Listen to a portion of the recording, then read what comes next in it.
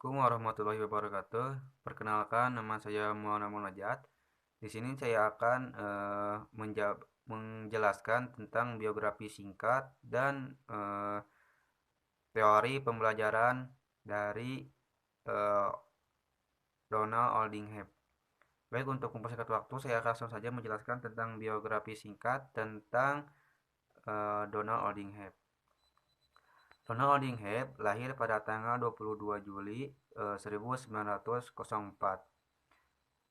yang merupakan seorang psikolog yang memiliki spesialisasi di bidang neuropsikologis. Dalam bidang ini, saya mencoba untuk mempelajari bagaimana sebuah neuron dapat berpengaruh dalam proses psikologis seperti dalam proses pembelajaran. Ia dikenal karena teori pembelajaran Hebbiannya yang ia perkenalkan pada tahun 1949 dalam bukunya yang berjudul The Organization of Behavior atau pengaturan perilaku.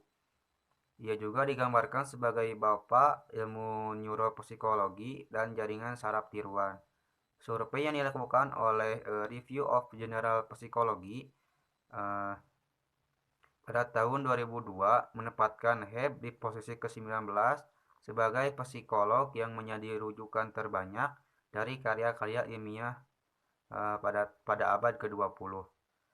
Pandangannya terhadap suatu proses pembelajaran berkontribusi pada penggambaran tingkah laku dan proses berpikir yang terkait dengan fungsi otak.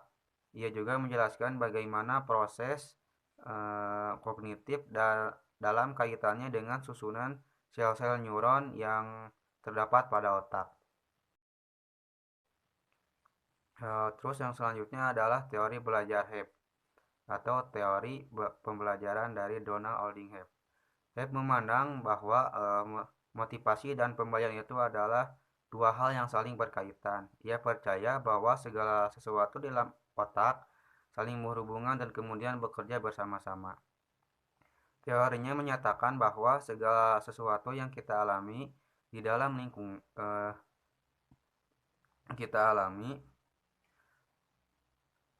lingkungan kita dapat memberikan stimulus terhadap suatu kelompok neuron yang disebut kumpulan sel. Kumpulan sel ini adalah pembentuk dari pikiran dan ide yang ada di dalam otak. Teori ini merupakan sesuatu yang ia yakini dalam dunia pendidikan. Saya percaya bahwa keadaan lingkungan sangat berpengaruh terhadap proses pembelajaran anak-anak. Anak-anak belajar dengan cara membangun kumpulan sel ini dan juga melalui tahapan berpikir. Suatu lingkungan yang diperkaya dengan beragam kesempatan untuk meningkatkan pengalaman sensorik dan motorik anak berkontribusi membantu perkembangan kumpulan sel dan juga tahapan-tahapan belajar yang penting untuk berkelanjutan proses belajarnya di usia dewasa.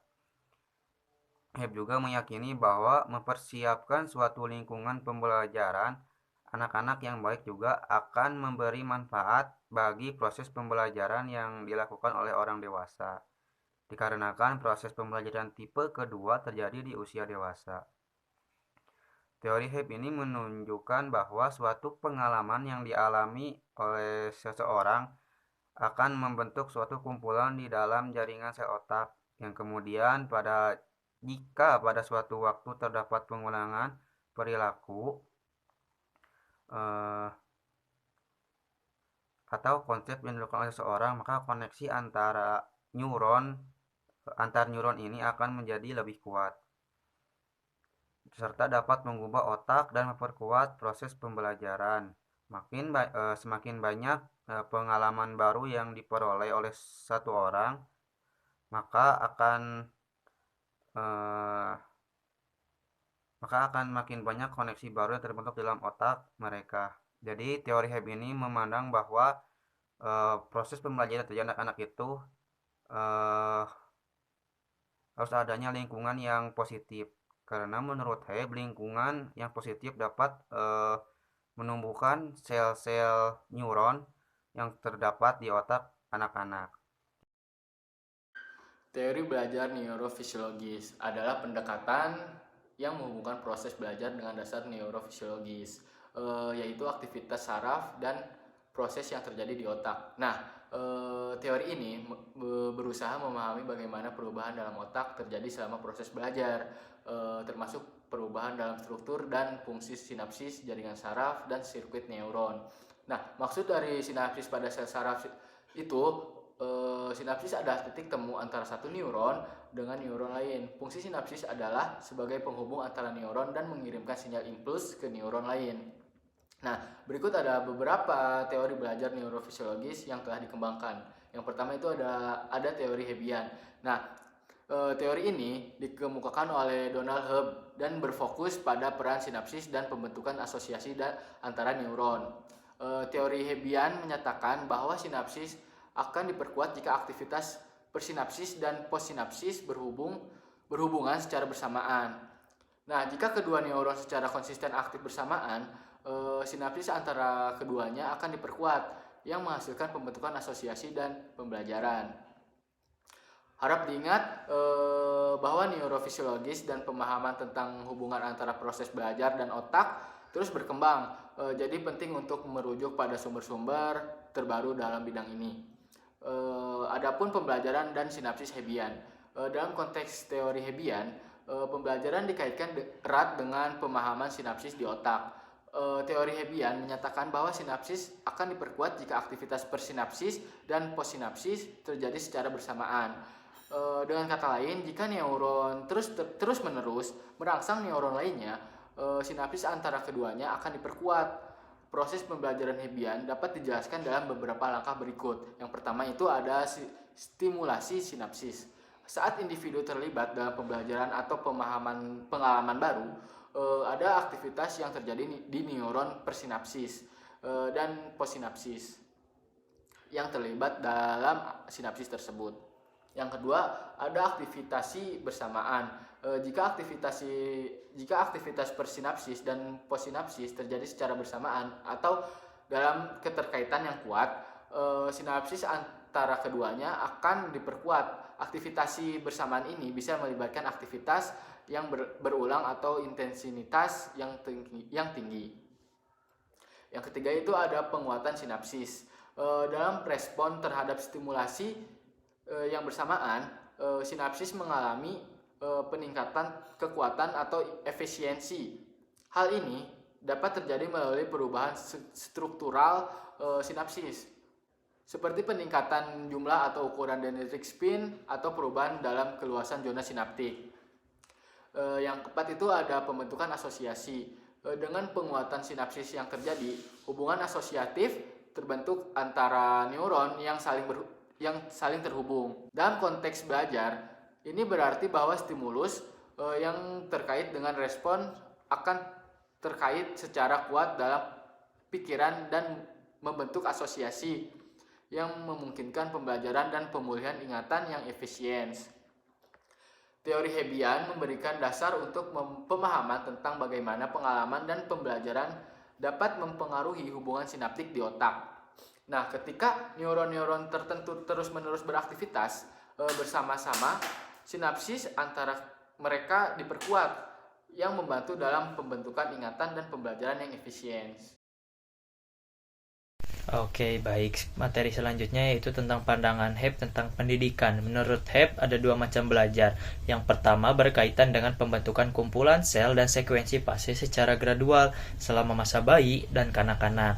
Proses belajar ini representasi neurologis atas objek dan lingkungan. Ketika perkembangan neural ini terjadi, anak dapat memikirkan suatu objek atau kejadian atau bahkan sederetan objek dan kejadian yang tidak hadir secara fisik di depannya. Sedangkan jenis yang kedua menurut Hebb sendiri lebih dapat dijelaskan dengan prinsip Gestalt yang kita tahu ketimbang dengan prinsip asosiasionistik. Setelah kumpulan sel dan sekuensi fase berkembang pada masa kecil, proses belajar selanjutnya biasanya berupa penataan ulang. Dengan kata lain, setelah blok bangunan terbentuk, blok itu dapat diatur kembali menjadi berbagai bentuk. Nah, itu untuk teori belajar menurut Hebb sendiri. Jadi ada dua macam. Yang pertama bahwa masa kanak-kanak itu lebih cenderungnya representasinya terhadap objek yang mungkin tidak bisa kita lihat secara fisik. Sedangkan untuk di yang kedua itu lebih ke teori Gestalt yang kita tahu seperti itu. Baik, selanjutnya mungkin materi yang selanjutnya akan dijelaskan oleh rekan saya. Akan menjelaskan tentang kelebihan dan kekurangan dari teori Donald Holding Hebb. Yang pertama dari kelebihannya yaitu ada pendekatan integratif. Teori Hebb mengintegrasikan pemahaman tentang proses kognitif dan aktivitas otak. Ini membantu dalam memahami hubungan dasar proses mental dan dasar biologisnya. Dan yang kedua ada konsep cells that wire together. Konsep ini menggambarkan cara hubungan sinaptik dalam otak berkembang melalui pengulangan aktivitas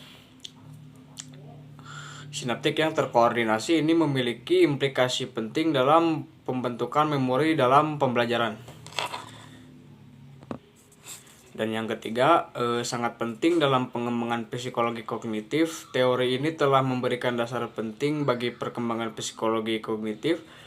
Konsep-konsep seperti pembentukan asosiasi, belajar melalui pengalaman, dan pembentukan memori jangka panjang telah mengambil inspirasi dari teori Hebb.